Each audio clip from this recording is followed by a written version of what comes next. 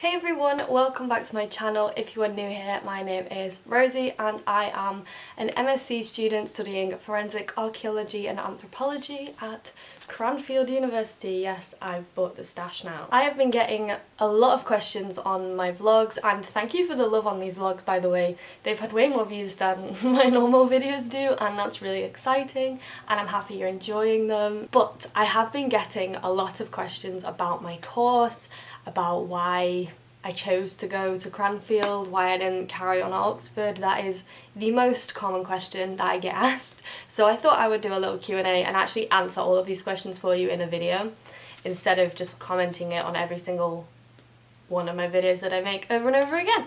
So here goes.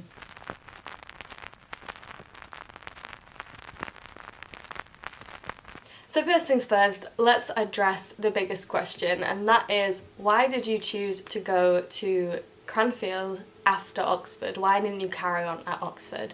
And a lot of these questions have like no offence at the start, or I'm not being funny, but why didn't you? And I want to talk about that first. I'm not offended, so you don't need to put that, but I do get the vibe that a lot of people are thinking, why did you like step down from Oxford and Cambridge? And I thought this myself when I was applying and thinking about masters. The thought of lowering this bar that I'd made for myself by going to Oxford, not that I have in any way, shape or form done that, was right at the front of my mind, kind of impacting my decision on where to go. And that is the most ridiculous thing ever. You're not lowering a bar. You're not, going below your own standards or disappointing anyone else by choosing to go to a different uni for your masters, or a uni of perhaps a different general social standing in the grand scheme of things. It's daft. See, the thing about masters is that you need to choose something that is perfect for your discipline as opposed to the university. I think it is less about the name at master's level and more about the specific course that you take, the academics that you meet at that place, and how well they can help you continue your career or your research interest in a very specific area. And there is absolutely no point going to a uni for a master's or a PhD when the tutors and the course and the research areas are not what you really want to do. You're not going to get anything out of it, and you'll probably regret it. So on that, why did I choose Cranfield? Dundee was another one that I was looking at, but it was a lot more money than Cranfield and also didn't offer the same scholarships. Dundee is also a lot more anatomy based, whereas Cranfield is very much on the ground. You do the practical work and you work with the tutors who are currently in the field, which is the same at Dundee to an extent, but it's a slightly different focus. There are other courses as well that have archaeology and anthropology the other way around, or just focus on one or the other. For example, Bournemouth does one, Bradford does a similar one, but they're just, the focuses of the courses are all different, and Cranfield was the one that I liked the idea of the most. I also had a tutor at Oxford who works in both places, and I knew that I liked his teaching style. I knew that I was interested in his area of research. I'd met him, I'd met some of the other staff, because the departments were sort of interlinked.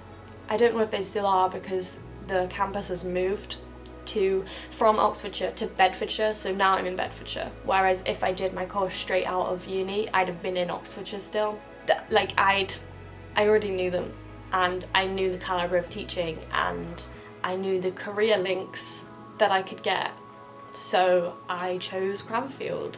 And in the end, it was the only place that I applied to, because it really was the only place like it.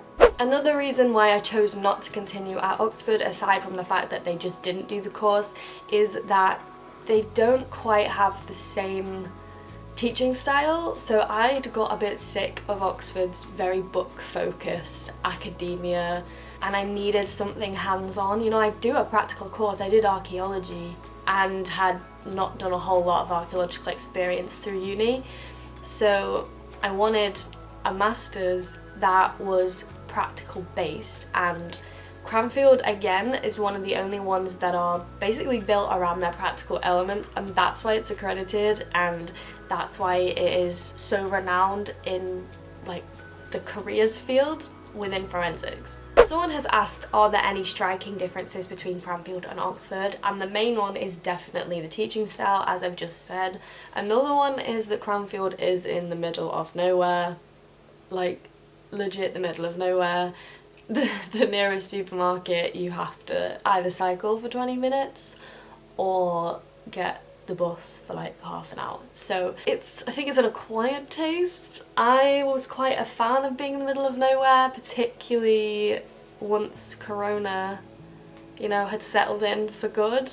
There's not a lot of people here and you don't really bump into anyone. There's always spaces in places, which there never was in Oxford. And Cranfield is purely postgraduate. There are no undergraduates here, so I think there's also like less emphasis on being drunk all the time and less pressure to go to all of the social events. Not that there really are many social events. There's a bar. There's normally more, but because it's Corona, it's closed down. So again, that is another difference. The nightlife is minimal, but I am 22 years old. I'm not choosing a uni based on the nightlife at this point. I think the amount of workload has surprised me the most, which also covers another question about how does the workload compare to undergrad. It's a lot. I think I'd got the impression that a master's would be quite chill. We'd have very spaced out deadlines and then, you know, a thesis at the end. That's what I'd been told from other people, but none of them had been to Cranfield, and it's very different in that every module is done in either 1 week or 2 weeks from 9 to 5, and very much is 9 to 5. In fact, most of them are 10 to 9 till 5 because apparently they're on military time. It's what you get when you are in the defence and security department of a university, apparently. We don't have, you know, 2 or 3 essays a week like I did at Oxford, and I think because I was very used to that workload, I really thought a master's would be easier. Not necessarily a step down because the actual depth of work gets harder, but I thought I would be able to, you know, sit back and plan and take more time on things. What I have found is that I have very little time in the evenings because I'm working flat out on things so far that I've never done before, and my brain has been very sore, and by the evening I haven't wanted to do my assignment because I've got no energy left. So even though we get like a whole month for an assignment, it's difficult because we also have this 9 to 5 teaching, as well as other things like presentations, which don't technically count to our grade, but we have to do, I think, in order to actually pass.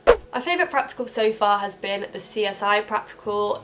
That is because it's kind of the only one we've done, I'm not gonna lie. We've done a couple of independent ones where at home we do like a little photography workshop, so we have to find something in our room and treat it as crime scene photography. We've had to make a swab of a stain of whatever, you know, like fake blood or whatever that we wanted to do, which, had it not been Corona time, we would have done in a lab, like, you know, in proper conditions with face-to-face guidance. So it's been weird.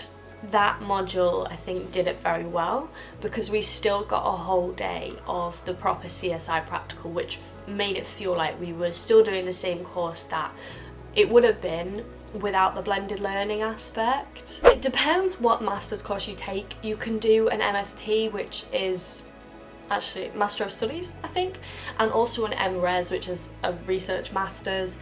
They're all very different in terms of what you learn and how you learn. Mine is an MSc, so it is a taught postgraduate course with lectures, with practicals, with a maths exam, and then the rest is assignment based and some practical based examination too. But I know at Oxford an MRes is very much a research masters, and I find you can do a research masters at Cranfield, but That is the precise reason why I chose Cranfield, was because I wanted the taught course with the hands-on aspects. So just Google different types of courses and, you know, get a feel for what would suit you best. If you do want to go straight into researching something and you have an idea of what you want to research already, that is the key. You need to kind of go into it knowing what you want to research, because you might even have to write a proposal, I think, for a research master's. You definitely do for a PhD, and a research master's is almost like just the step kind of to a PhD.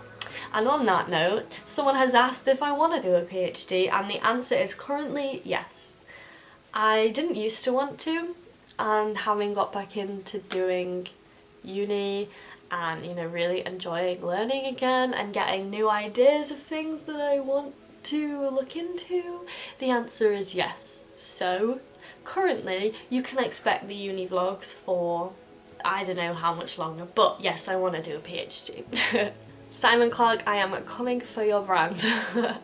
That is a really interesting question, actually, and it's funny you say that now, because before yesterday I would have said no. I hadn't noticed it. My course in particular is very female. For some reason, forensics attracts mostly women.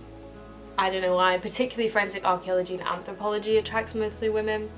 And so I've not felt out of place, I've not felt intimidated, and I've certainly not felt that there was a gender divide. However, on Friday I went to the student association lunch hall place, canteen, where you can buy cheap meals. We treat ourselves on a Friday to a meal from a hot meal from the cafe. So we were sat in there waiting for our order, and this is 3 girls I'm talking about who are all doing forensic arch and anth, and we were just looking around like, there are so many men here.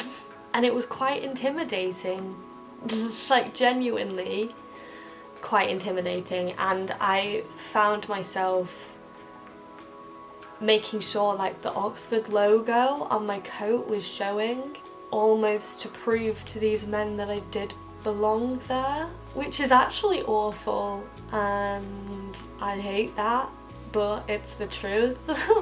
Yes, it actually really has. The way you write the essays for this course, I don't know if it's STEM courses in general, but this course is so different. You know, at Oxford we were given a title and a reading list, and, you know, we're off on our way. Whereas here, the essays that we're getting are very scientific, so they have quite a set structure. You almost know more about what you need to write because it's more factual than opinion based. I think I click with that easier when I'm writing, though having the social sciences kind of humanities background will be both a hindrance and a help, because one, I'm used to writing loads and justifying all my opinions and criticising everything, which is going to work in 2 ways, because one, our word counts are a lot lower here, and 2, on the other hand, we're always going to still get more high marks to critique things and make sure we bring our own sources. And because I've had a lot of practice at that, I think, hopefully, not that I've had a grade back yet, hopefully it will help me in the long run achieve higher marks. Study routine wise, I have to get up a lot earlier because everything starts at 10 to 9 or 9, and I need to get into uni because yes, it's online, but also you can't work in your room all the time, so I still go into uni and use the library and things. That's harder. I'm not a morning person and I need to practice. I've been fairly good, just need to keep at it. There's also more revision and a lot more having to repeat the same things over and over again immediately, because I just don't really understand some things, which is fine because I've never done it before. Why would you understand something you've never done? That's why you're taking the course. So don't be afraid to ask questions on that note. But yeah, it has definitely affected how I work and the hours that I work. I'm more 9 to 5 now, whereas at Oxford I was get up at 10 and then slowly get into work and work till really late. That doesn't really work with this course at all. I know I haven't answered everyone's question, but I thought this would be a funny one to end on, and that is, now that you're officially a forensic scientist, Thank you. what's your biggest pet peeve about crime scene TV shows, inaccuracies, and that sort of thing? Well, I don't think I'm far enough into my course to like do it properly, and once I've been on it for enough time and done the appropriate modules, I'm gonna do a full reaction to watching Bones for the first time, because I've never seen it and I've had so many people tell me to watch it that I just think I'm gonna hold off as long as I can, get enough of the knowledge to be able to critique it properly, and then do a reaction series. But for now, it will just be like the same person or the same two people seem to do every single job at a crime scene. So there's actually all of these jobs that individual people have at crime scenes, and people like Amelia Fox on Silent Witness seem to do all of it, you know, from the actual excavation to the photography to the testing in the lab to the autopsy to the family liaison to the chasing suspects down the street. She does everything, and that is so inaccurate. But I think, is that obvious?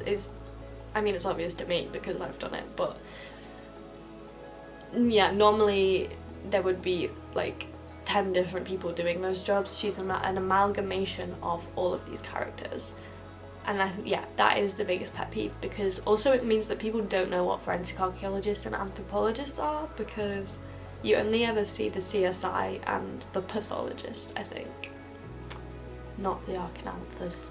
Thank you for watching this video. I hope you enjoyed, and I hope you're a bit more clued up about, you know, why I chose the course, what to expect, and maybe you want to look into studying here. If you do, then hit that subscribe button, because I will be releasing a lot of vlogs, so you'll be able to get to see the course from an insider's perspective, I guess, you know, without the face of the uni on it. I'll be completely honest, I'll probably be moaning a lot, you know, just being real. Also, there'll be a lot of positives, and I think it will be really fun. Give me a thumbs up if you did enjoy, and I will see you in my next video. Bye!